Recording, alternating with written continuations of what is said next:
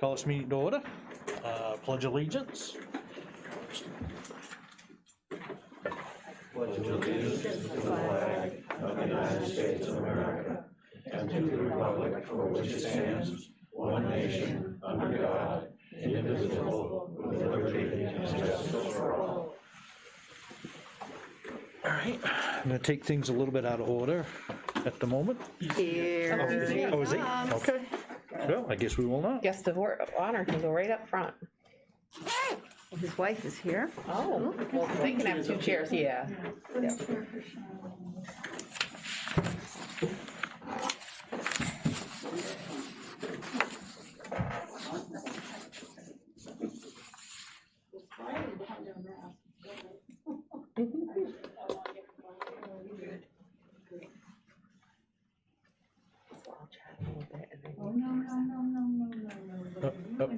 Yeah. You guys gotta come up to the front. Fixing his hair. You get away with that, Miss Miller. Sharon, you come too, please.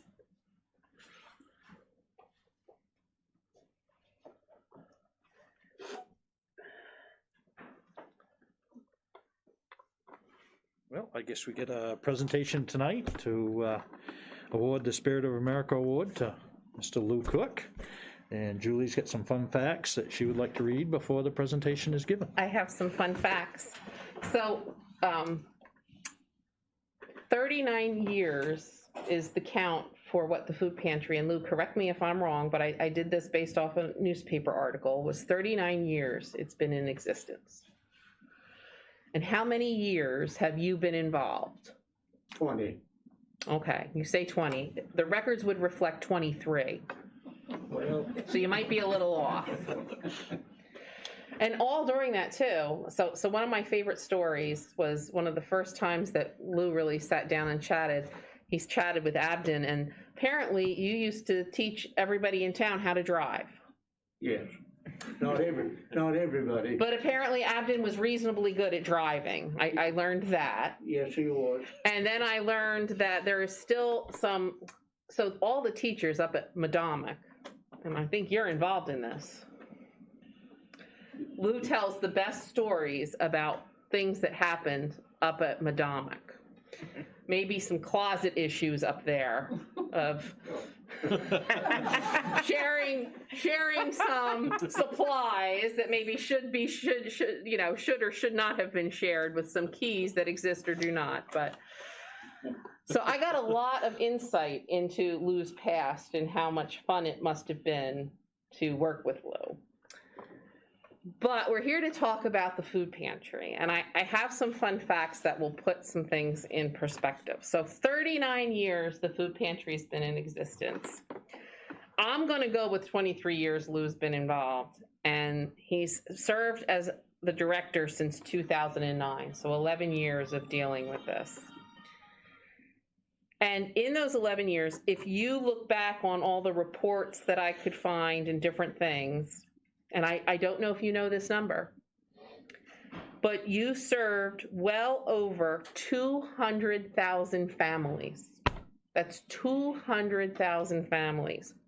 And if you were to extrapolate that out, and I'm being conservative with my numbers, that is over 952,000 individuals that you provided food security for. That's nothing to sneeze at all. And that's just considering that you did it every other week, twice a month. And adding in just our numbers that we know of from this year. I tried to convert that to tons. So what I got on tons was, and I don't know if I'm even reasonably close, but 3,822 tons. And I imagine it might be more than that, but that's a lot of tons. That's a lot of food that's been handed out to the community here and our neighbors. And I just don't think that you ever maybe heard it in terms of volume like that before. So when you think about one human being, and people sit around and say, well, what could I possibly do? What can one person do to change the world? Think about that. What can one person do to change the world? That's what one man in Waldoboro, Maine, well, technically he lives in Warren, but that's okay. We're going to take him as our own. One man has touched that many lives. Now just think, if all of us figured out a way to volunteer and give back to the world and our own communities, imagine the place we would live in. And when you think about that, it's amazing, Lou, and what a treasure you are to the town of Waldoboro and to all the people that you've served over all these years. I just think it's just amazing when you actually think about what you've done. And I'm going to tell you, probably most of those tons he carried himself, because I will tell you, to this day, he doesn't want anybody to help him carry anything. Because, you know, he's a big burly man. And that's what big burly men do. They carry things. So we just want to say thank you. And this was a way that we could say that. Now, I didn't realize that Bill Blodgett, County Commissioner, was going to be here tonight. Your daughter-in-law didn't tell me this. But if you would like to do the presentation, Bill, since, oh no, you're okay? Because technically, the Lincoln County Commissioners would like to congratulate Lou Cook. Lincoln County congratulates Lou Cook. Lou has been a driving force in the Waldoboro Food Pantry for many years, and at 83, he finally retired. His effort has provided food to thousands of Waldoboro families over those years. Lou's dedication to the families of Waldoboro is something to be recognized and treasured. And this was presented the 20th day of October 2020, and it is signed by Hamilton W. Meservey, William B. Blodgett, our very own William B. Blodgett, and Mary Trescott, and our county commissioners. And I will hand this over to one of your former students, who apparently is a good driver. I'm not going to debate that, but to present to you. And we need to get a picture. Oh, that's fine. Mr. Cook, I hope you enjoy that and for your service. Thanks a lot. Yep. Thank you. I know it's terrible with these masks on. Did you want to say anything, Lou? You Yes, always I have do. something to say. I know that you all realize I didn't do this by myself. For the 20 years or so that I was with the food pantry, I had some wonderful, wonderful volunteers.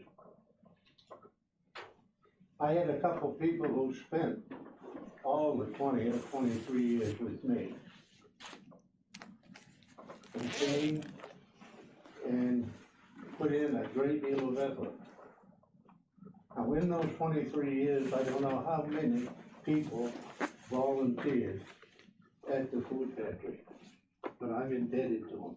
This award really should go to them. Matter of fact, there's a couple sitting in here this evening who helped me a lot. I enjoyed every year that I was with the food pantry, whether it was 20 or 23. This young lady here is my wife Sharon. I have spent 38 years with her, and I've enjoyed most of her years. Now that I've said it that way, I think I'll sit down.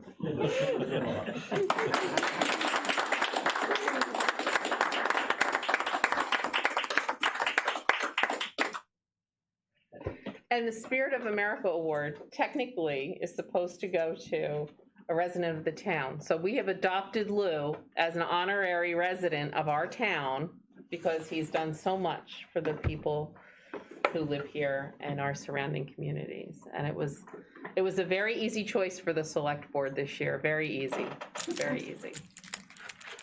So thank you all. Thank all of you for coming. Yes. Good people are in this room, our food pantry folks.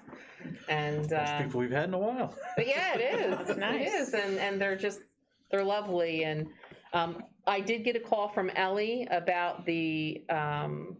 No, I got an email from Nancy about the driveway on the water tap for the water tower. John's going to have the grader up there this week and fix it for you.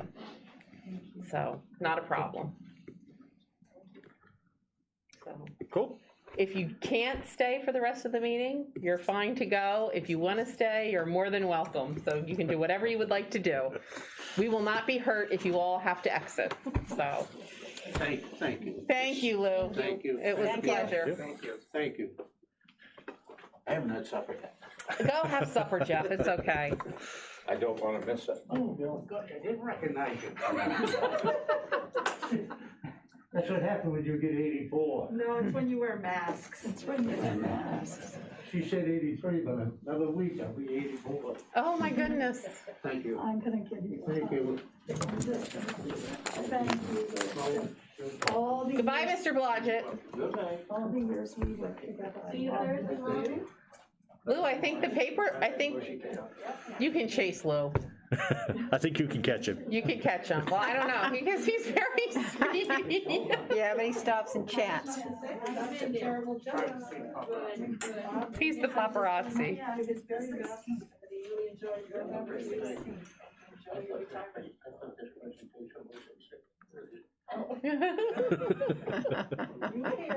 You were here, you made it. You can start Yeah. the charge. Right, we'll move along. We'll get a presentation from the EMS director, Richard Lash. Told me to take a mic. I'll give it back to you.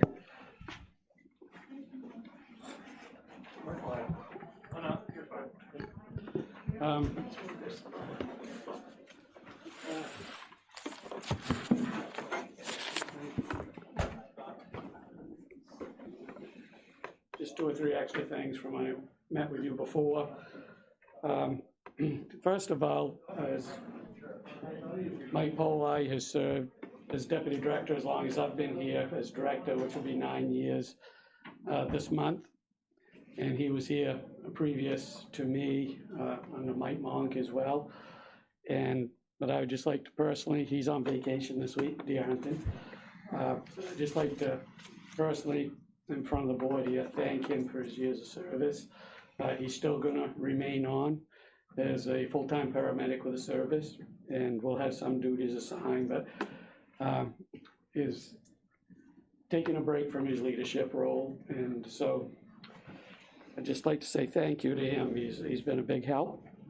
A little bit about COVID-19. I'm gonna give you a fun fact for those who wear glasses.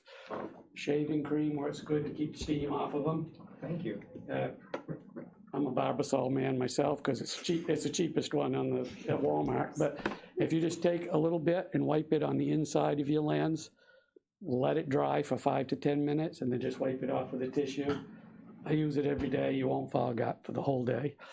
So the only time you have problems on a rainy day when you keep wiping them. But, COVID-19, as we all know, it's an uptick. We've had some cases here in Waldoboro, and the hospitals are getting busy.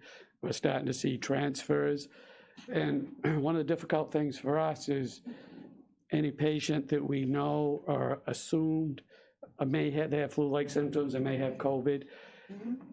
It takes an ambulance out of service for a little while because we have to totally decontaminate it.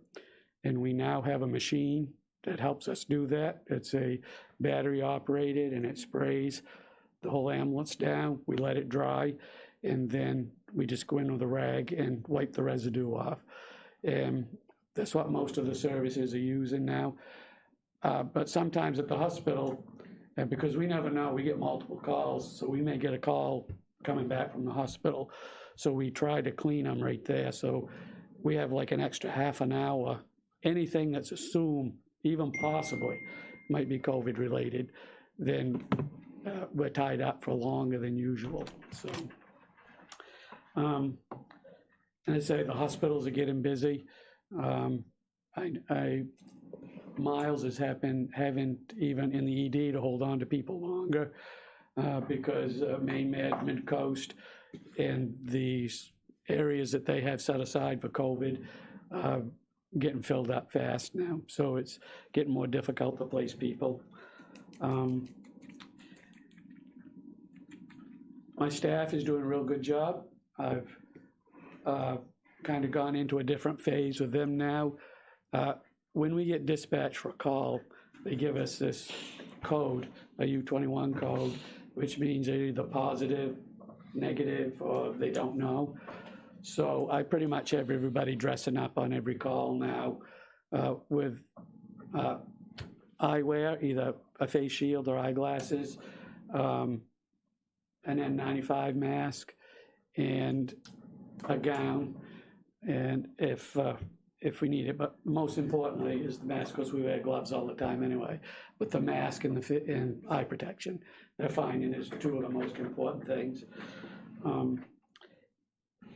PPE supplies, I was asked a while about that. We have a pretty good stock right now. I am getting ready to order some more. As the government, we was getting them through the government, through actually a local FEMA office. And now they stopped that program when things quieted down a little.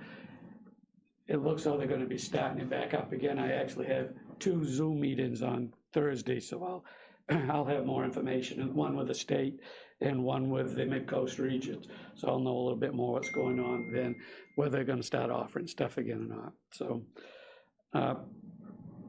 as with anything like this, the price has gone up on stuff. And so it's not quite as cheap. It's not bad, but it's not as quite as cheap as it used to be to get the stuff. There is more of it out there right now, but you kind of have to pick and choose. You just can't go say, well, we like this particular items. It's pretty much, they'll send the companies, like we use McKesson out of Connecticut, and they will send you a list. This is what we have today, and they'll give you the quantities. So if you need it, you better jump on the computer and order it. So that's kind of how it's working right now. And I also like to thank Max. He has done a good job in getting grant money to help pay for stuff related to COVID and to pay for PPE supplies, because it has run into some money. And so, thank you, Max. Is he there? He's not there. He's not, well, he'll hear it later. He'll hear it later. Yeah, but he's done a really good job at securing grant money to help offset some of the costs of this. And I think that's pretty much what I had for tonight. Unless you got any questions. I think we're good. All set? Thank you. Thank you, Richard. Thank you. Okay. Public hearings. General Assistance Ordinance. I believe that would be, I move we open a public hearing. is there a second? Second. Is there any discussion? Hearing none? All those in favor?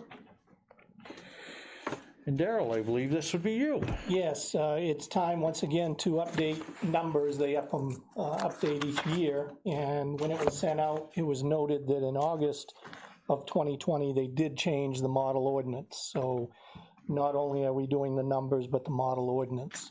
There are 4 changes in here dealing with shelters, portable water, telephone, cell phones, and homelessness. So you all should have a copy of the ordinance with the changes. The table of contents added presumptive eligibility. If people go to a shelter, they're assumed eligible without going through the full process. But if they use that, no other municipality may be determined to be the municipality of responsibility. So if somebody from Waldeboro goes to a shelter, they just take care of them through the shelter and don't build town of Waldeboro. If we ever get a shelter, we could do that without going to the others.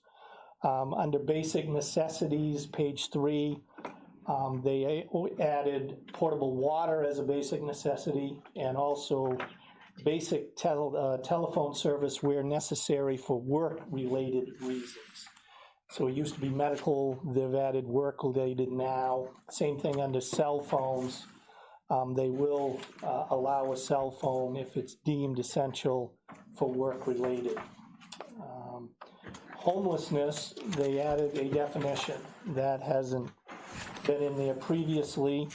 So that's on page 6, and there are 6 parts to it. If you're living in a place that's not fit for human habitation, if you're living in a shelter, if you're in temporary housing, which is a hotel, motel, campground, unlicensed campsite, or rehabilitation facility, The fourth one is if you're exiting a hospital or institution or correctional facility, which happens more often. C, if you're losing the person or household's primary nighttime residency, they've added nighttime residency to that. And the last one, if you're fleeing or attempting to flee violence or have no other residency, you then qualified as homeless and enter into the conditions there. So that basically takes care of the changes in the ordinance. You also have the numbers. The overall maximums went up $19 for a single individual and on up. The housing maximums, they went up $16 for an individual in a one-bedroom and $20 for a heated unit. And then the maximum for food, also for one individual, they went up $10 per individual. The maximum for gladly answer any questions. That those are basically the changes, and it's, if once approved, there's a signature page in you sign those things. Any questions, Bob? Is there any indication from your side what impact this is gonna have on the town's resources? No, it's kind of interesting. I am not receiving applicants for Salvation Army and very few for general assistance. They just aren't coming in, whether they don't think we're open or whether they've been taken care of through the government, the money that's been put out that way. So I do not, I don't see a whole big difference here. The shelters won't be billing us, I would say. Phones aren't generally a huge thing. If, it's just the basics, and if it's necessary, you can't have a $200 cell phone and then ask us to pay the light bill type deal. Oh, Are we missing something here? I mean, we're not getting a lot of requests. Are people falling through the cracks that we're not aware of? I don't know. The sign up, I have had calls for the oil. We'll start November 15th. And I just looked at the Thanksgiving baskets, and there was 51 families signed up for that. So I mean, 64 now. 64. and how many do you 64. usually get? I think we have down to 30 or 40 last year. So it's a Wow. little more Yeah, than so- last year. Yeah, so it's So I think they are aware that it's out there and they are calling, but probably last minute. Yeah, and maybe some of that slack is being picked up by the food pantry too, because their numbers Yeah, are going up. Yeah, because they're still At doing 90 90, something. they're still doing 90 plus Yeah. a week, so that could be the reason why they're not coming in. And there are some protections that are still in place for certain evictions and certain things like that, so that might be what we're not seeing. But I imagine, and I think everybody's preparing, and what I'm reading is that as the winter comes, that number is gonna start to rise. And as things, there was a number of them that took advantage of the COVID money. If you couldn't pay your rent, I think they got like 3 months rent paid through applying for that. So that, I know a number of people took advantage of that. Now, all these changes are all state changes, so it's nothing we did on this end. No, and they don't mandate which ordinance you use. There's like 20 different versions, but This it's is what we use. usually to keep current means you're up to date. And Yep, okay. Colonel, any questions? No. Jan? I'm just asking if there's any comment. Okay. Captain, do we need to take action on this tonight? I would assume so, yes. I'll just we need wait. to close the hearing and then vote Yep. to approve. Yep. I'm just I just- asking if there's she's- any Yep. public Thank you. comment. And you can ask too, verbally. Is there anybody watching? We have 5 people watching. Oh, nice. Oh, how nice. Reuben, I'm 1, probably Max is probably on his phone, so that's 3, so we have 2 more people watching. But 5's a good number for us, that's above our average of 2 to 3. Call me anytime I'm here with questions, or 211 is a state 24 hours a day. You can call that number and they're supposed to help you with any I'm not question. seeing any questions. So, would somebody like to make a motion to come out of public hearing? Is there, is there a second? I'll second. Any discussion? Hearing none, all those in favor? Would somebody like to make a motion to accept the general assistance ordinance and the changes that have been made? So moved. Is there a second? Second. Any discussion? Hearing none, all those in favor? Thank you all. Yep, Thank you, Darrell, for pointing Thank out you, the Darrell. differences. yes, that helped a lot, That Darrell. helps a lot. Thank you. Right, moving along. Adjustments to the agenda. We do have one adjustment, and that is two adjustments. I know of one. You know of one, I have another one. Okay. And maybe under new business 10.2, to discuss the memorandum of understanding for shared service between CLC YMCA and the town of Waldeboro. Somebody make a motion to accept that? I move that. Is there a second? Second. Any discussion? Hear none? All those in favor? That's on.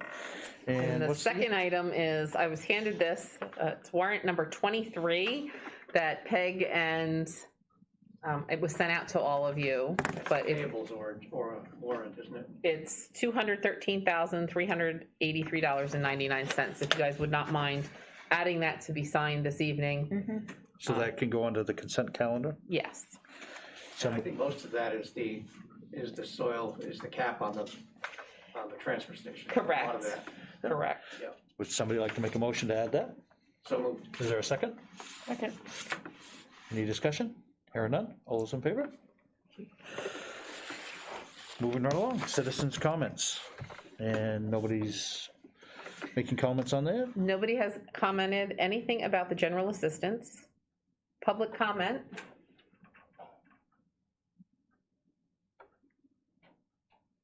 I am not seeing anybody. Okay, if somebody does, we'll come back to I it. can always interrupt you. Yep.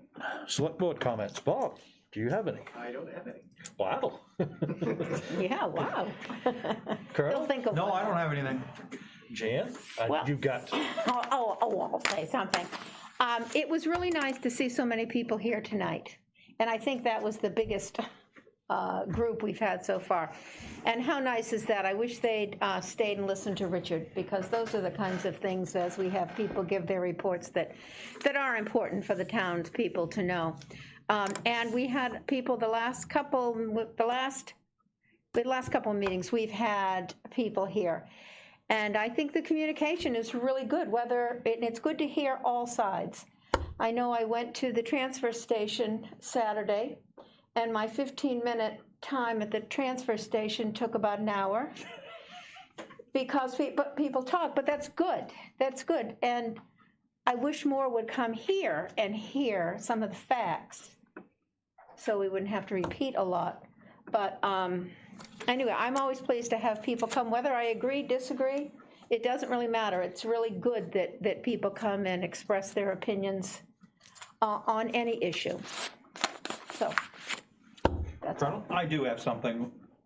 You're the new Alex? I am the temporary new Alex. Temporary, new Yes. Alex. Okay, and I'm you an are? intern through December 14th. My name is BC Cameron Yee. I'm actually a photojournalism intern. I wrote a couple things when I was here in the spring, so I'm trying to help out and learn a little bit more about writing a different style, because newspaper reportage is certainly different from what I've written before. So learning a lot about things about government I never knew before. That's a good thing. That's good. It's always a good It is thing. Yeah, thank you Thank for you. bringing that up. Certainly. all set? I'm all I set. have nothing, so. Moving along, still no citizens' comments? No citizens' comments? Town managers report. Well, I have to start off by saying a great big thank you to the amazing ballot clerks that worked the election last Tuesday. The good news is that we survived. They were awesome, I have to tell you. We shortened, they used to work in 6-hour shifts. We went down to 4, so we needed 3 4-hour shifts. They were awesome. Lots of new faces. Everything went swimmingly. We had one little issue in the beginning. As you know, we had to hand count ballots, and we did that specifically because we didn't want to tie up both machines, and God forbid there was an issue. And for the first, hour and a half max, 2 hours. Hand counting or? No, with The actual election day? the actual machine that was regurgitating ballots. It wouldn't accept any. The misunderstood one. The misunderstood machine. We have one misunderstood machine that will only perform for Max sometimes, but it was a little temperamental. Max fixed it and it worked the rest of the day, but people were asking me, why would you hand count? And I said, because if one goes down, we don't want to back up the line and we want to make sure everything works well. So that was the only hiccup we had. Want to thank Marcus Benner. This was his first election. He was phenomenal, as was Max Johnstone, phenomenal. And again, everybody who volunteered to work the polls, it was a wonderful day. We did have, and I'll go over this a little bit in more detail, but we had, our turnout was absolutely phenomenal, and we had 78% turnout, which Great. I think is Yeah, great. that is good. So that's one of my big things. If you are in need, if you have food insecurity and you are in need of a Thanksgiving basket, technically today is the deadline, but I can probably get you in. If you go online, you can sign up right online, or you can call the office, press number 5, and leave us a message and we'll get it, because I can submit hopefully on Thursday too. And I just want to bring up that we are doing holiday baskets for Christmas time. The Lions Club is doing it. We have other organizations that are willing to step up and help too. But we are doing our toy program this year. It's very similar to what we've done in the past. We are asking, though, for only new, unwrapped, meaning ungift wrapped toys. You can drop them off here at the office. We're also doing accepting cash donations, and we're going to provide a coat and a warm pair of boots to the children. So the sign up for that will be going out. We wanted to get through the Thanksgiving basket sign up, but we figured this year is going to be very difficult for some families, and we'd like to be as helpful as we can. So we're running that through our toy program, and the EMS, police, and fire. It's going to be a joint effort, making sure everybody gets things delivered on time. So we're helping Santa out. So if you would like to help us help Santa, the information is on our Facebook page and it is on our website. So those are really exciting things for us. Cool. Moving right along. Consent calendar. So would somebody like to make a motion to approve the consent calendar? So moved. Is there a second? Second. As amended. As amended. Is there any discussion? Hearing none. All those in favor? Down to new business, election results. Take one down and pass it around.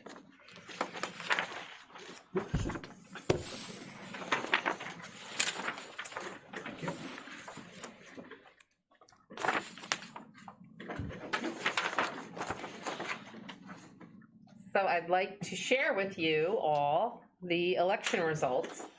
We had 2,955 total votes cast. And as of that date, that morning, we had 3,790 registered voters. So our turnout was 78%. Just to give you an idea, in 2016, the last presidential election, we had 2,849 turnout, and it was 73.6%. So we went up almost 5% in our turnout. And that was good then, too. It was. This was interesting, though, and I ran this report, and I was not aware of this. Absentees in 2016, 1,136 absentees. So it was... How many again? 1,136 absentee requests in 2016. And in 2020, we did 1,876, and that does not include the Ymca and overseas voters. And we had a 97% return rate for absentee ballots. Nice. In both years. So in 2016 and 2020, 97% of the absentee ballots were returned. So our total not returned this year was 51, and we had 3 that were rejected. And that could be for various, various reasons. One was they had voted Ymca. They had been sent out a Ymca ballot from the state, and then they requested our local ballot, and they weren't registered yet as a Ymca voter, so we had 3 that were rejected. So that worked out. All the numbers matched up, everything looked fabulous. So we did a good job. I thought it was orderly. I think everybody felt safe voting. The only one, like I said in my previous comments, was the one temperamental machine that we have. So those were my interesting facts as far as turnout, but I think that we were right in that it was a very large turnout, and we had some interesting results from just so everybody's aware, our binding questions, they all passed. So the refinancing of our debt and the land use revisions all passed. Which is going up tonight on the website. Which is going to be going up tonight on the website, according to Max. And I just thought you'd want to take some time and maybe give us some direction if you've had time to review. I don't know if you want to talk about these tonight, but if you want to go over some of these and just give some direction maybe to the Recreation Committee and things like that. But the first one was acceptance of the Sylvania site. Yes was 1794, no was 1,017. So I think that was some good feedback. And that's the one thing I'd like to say is this did exactly what it was designed to do, that the select board intended, was to engage, and I keep saying that, engage our residents' thoughts. So I thought this was a success. We got feedback, and I think that was really a really good thing, because a lot of times you're never going to get this chance, and we sent out that survey, which was a good thing to do, but we obviously got more than, what was it, a 10% response? 15, I think. Wait, what survey are you talking The about? recreation survey. Yeah, the recreation survey, that was about 400 out of 2,500 people. Yeah, so we got, obviously 78% of our voters had an opinion on this. So that's one. I have a conference call tomorrow with our attorney who's representing the town. I let them know of the results. The question number 2 was the AD Gray to Volunteers of America. It was yes, 2,303 to no, 536. So obviously we will share those results with the AD Gray committee. The question number 3, the rec center, was very interesting when you got down into the layers of it. So yes was 1,707, no was 1,144. And then it came to the funding. And obviously the $2 million funding won with, out of those votes for yes, 836 said yes to 2 million, 364 said yes to 4 million, and 327 said yes to 6 million.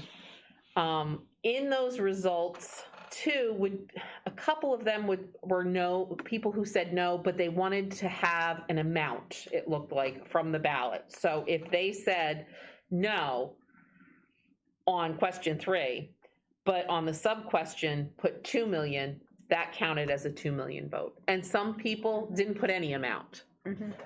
So it was a mixed bag. And honestly, on some of these questions, some people just didn't. There was, I think, overall 45 total blank pages for the yellow pages were overall blanks. Interestingly enough, they support the construction of a rec center, but supporting the $216,000 for operating costs was a much closer vote. So that yes was 1,398, and the no was 1,265. Marcus and I had a discussion. We just need to give the Recreation Committee, I think, some idea. Obviously, $2 million is not going to give you what the $6 million would for the 24,000 square foot recreation center. But I am assuming that the select board would like to have some public forums on this, turn this back to the Recreation Committee. Yeah. Okay. It might be considered phasing, like phase 1, phase 2, that sort Well, of I thing think too. I think we have to have some Build it community as forums such, yeah. specifically about this. It seems like we've got people interested and engaged, so I will let Marcus know that that seems to be the direction. And then there's also the option of looking at it in conjunction with the medical arts facility. There's some synergy there that we might be able to build off of. Correct. That brings us to question number 5. Allow Lincoln Health to build a facility on town property. Yes, 1,802. No, 971. Again, I had a brief conversation with Stacy from the Lincoln Health part, and bear in mind, this is Lincoln Health and combining Penn Bay Health under one umbrella. So again, right as we started having a conversation, COVID is ramping up, and I'm sure they're very busy, but we do have that good data now to provide to them. Number 6 was allow the town office public safety facility renovations and HVAC replacement. Yes, 1,763. No, 1,033. And again, the 500,000 bond, the least amount of bonding, was approved at 964. 750,000 was 211, and 1 million was 246. And interestingly enough, of those people, 366 do not support the renovations of the public works, of the public safety facilities, but 6 surprised me a little bit. 474 people did not support the replacement of the HVAC. So that's kind of where we landed. I will be having a phone conference with the architect that we had previously chatted, had to do some work on looking at the building. So I think this will give them a good idea of where we are. Based on not knowing what, I was kind of hopeful that we might have some indication from the state with revenue as far as the budget moving forward. I don't know that you want to move any funding ahead other than the refinance at this time. So what I would recommend is we move ahead with the refinancing. I will have a conversation with our bond attorney and Rich Ranigan, who's our advisor on that, and just see what they're thinking, what the future interest rates look like. But that's exactly where we are right now. Kind of leads me into the budget discussion. I just want to make this, we have started putting together somewhat of a budget. I just put out to department heads today the memo that says we need to start thinking about this. I would not anticipate having a budget meeting. I know last year we started, I think we had one, the first one in December. I don't think we'll have one. I'm not going to have much to say to the budget committee probably until February. Wow. We're being told we should have some idea about revenue after January 1st.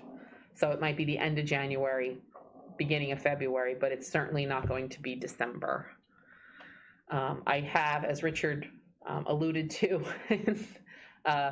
prior to the meeting, I'm a bit of a taskmaster about the budget, and we are trying to keep our expenditures down as best we can. Well, Is it worth discussing the idea of assuming no state funding and just looking at the budget, given that scenario, and what we would have to do That's worst case scenario. It is, and I think we're there. I think we know pretty much that. I would like to wait a little bit to say that because I'd like to see what our revenue is come December 31st. That gives us 6 months of revenue. Yeah. My fear is that COVID's going to come back up. It looks like, based on what Richard had to say, that could impact our revenue from EMS. If, God forbid, we have to if more stringent restrictions come out and the economy is more impacted, what does that do for revenue sharing? But also, if stuff gets shut down, does that mean B&B shut down again? Do we lose some of that excise tax like we did last year? You know, that was a very serious thing for a lot of communities, is B&B shut down. A lot of people weren't re-registering their vehicles, or they were buying vehicles and not registering them. So I don't want to get too far ahead. I'd really like to see that January 1st. I think the department heads will be clear on where they have to be, but I really would like to look at our revenue, because it might not just be state revenue. We might have to make some more significant cuts. I don't mean to be doom and gloom. I think we did a fabulous job in this year's budget of being fiscally responsible. You know, you just don't cut, $480,000 out of a budget, without thought. But I think moving forward, we have to be very vigilant and very careful on how we proceed. So I just wanted to kind of segue into that, just because we are having the financial discussion. Okay. Any more questions? Hearing none, we'll move along. 10.2, the YMCA. Oh, so this is a happy thing. As you have heard me talk many, many, many times, for about, a year and a half now, we've been talking about a community navigator position in town. Again, we've been hashing it out, deciding how we wanted to move forward, and an opportunity came up to have a shared service between Central Lincoln County YMCA and the town of Waldoboro, for us to use their community navigator to provide services here in Waldoboro. And what that model looks like is the YMCA will provide to us a community navigator for 15 hours a week, beginning December 1st of this year. And they will be here in the office. It'll be staffed right here in our office, so people can come who need assistance, can come right to the office. It's not going to replace general assistance or anything like that, but it will work in conjunction with our general assistance program and our Philbrook Fund and other organizations. So how this works is, somebody has a need, is they would come to the town office, say they can't afford their rent. The community navigator looks at them, and it's not just about, I can't afford my rent. Well, why can't you afford your rent? What's going on in your life? It's a conversation.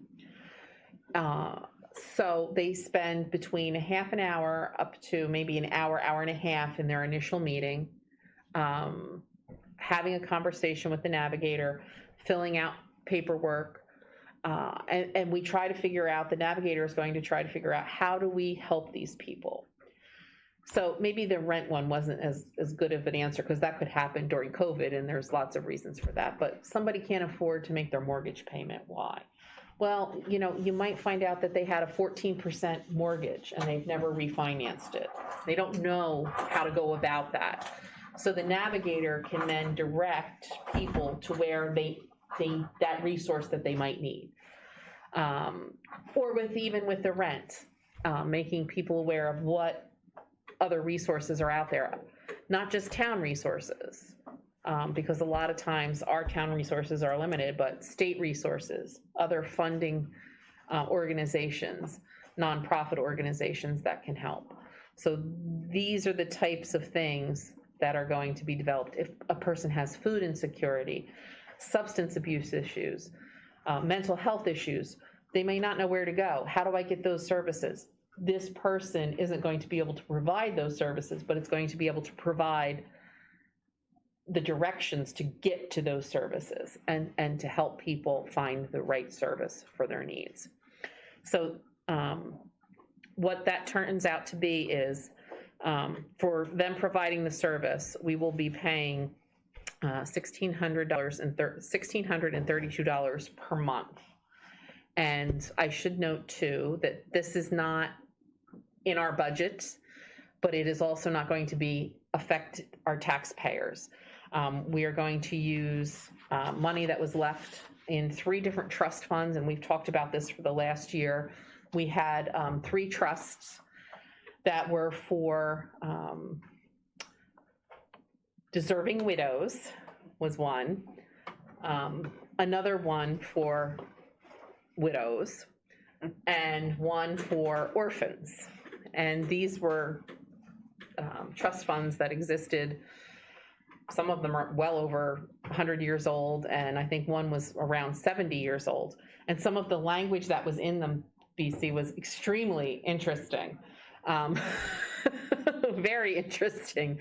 So we went and petitioned to have these trust funds combined so that we could use them for supporting the welfare of our families in town.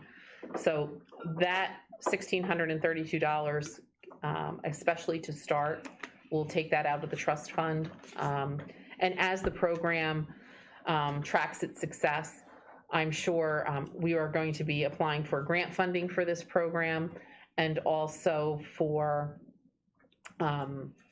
accepting private donations. So anybody that's interested in that, you know, we'll have our prospectus and how we're going to proceed. But this is exciting. This idea came out of one of our community forums, well, the first community forum that we held. And it's very near and dear, I think, to everybody who sits on the select board's heart. The Booth Bay Region BRCRC Community Navigator program has been working in Booth Bay for many years now, and really is what inspired us to start something here. So this is the first step.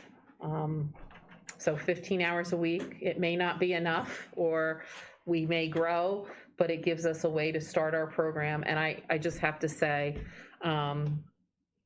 the person who will be serving as our navigator is a very well-respected member of the community. And I think, she doesn't live in our community, but has been in and around our community, and I think will serve us well. And they will be housed right here at the town office. So starting December 1st, more information will be out there on Facebook and on our website.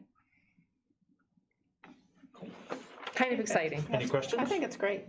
I'm excited that it's starting. It's been a while coming. I'm glad it's here. Do you want to have a motion on this? Mhm.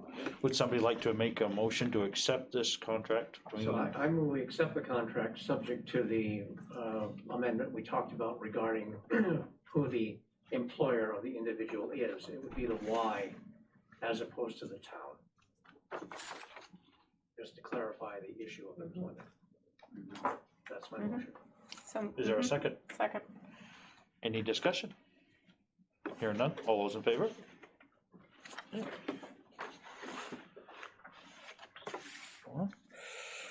Old business. Did you all get a copy of the lease? Yep. Did you have any amendments for the Friendship Street school lease? So if you'll recall, at first we thought it was going to be just zero. They would handle all of these, the cost of the fuel oil and things, and then we amended it to be different because we get a better price. It just makes it easier. It is our building. We've worked out all the little details. It is less money than we had received in the past, but in the research, we also were made aware that there were improvements that we could have been making to the building that would have allowed for the use of the 3rd floor that is not being used right now. So I think this is a fair representation of what's happening there currently. So if you don't have any amendments to that proposal or in that lease, it was looked at by their attorney and our attorney. You want a motion, is that? Yes. Yes, I'll take a So I motion. move that we authorize the town manager to sign the lease. Is there a second? Second. Any discussion? Hearing none. All those in favor? Sweet. Items for the next meeting, for the agenda. Does anybody get any? Who's our speaker? Well, I wanted to talk to you about our next meeting. It's the week of Thanksgiving, It would be on the 24th. right? If we could not have a speaker, I think it might be nice not to have a department head out that night, if you don't mind. Or did you want a specific speaker? No, I'm just curious, so I can think ahead. No, it's always nice to have, it's always nice to I hear. think I from the skipped department. that week because people might have Yeah. been away with their children and things like that. I was hopeful when we made the schedule that we would be Yeah, back to it would- normal. Yeah, Is there anything that you could see without keeping it a light meeting that? I can keep it, I can try to keep it light. Just maybe the local election results, talk about them a bit, or is that, we can put that off until December too? but- Well, we kind of just went over them. I mean, do you want I to mean, get I'm into talking more? direction from the board about where we'd like to see some of the committees going with the results?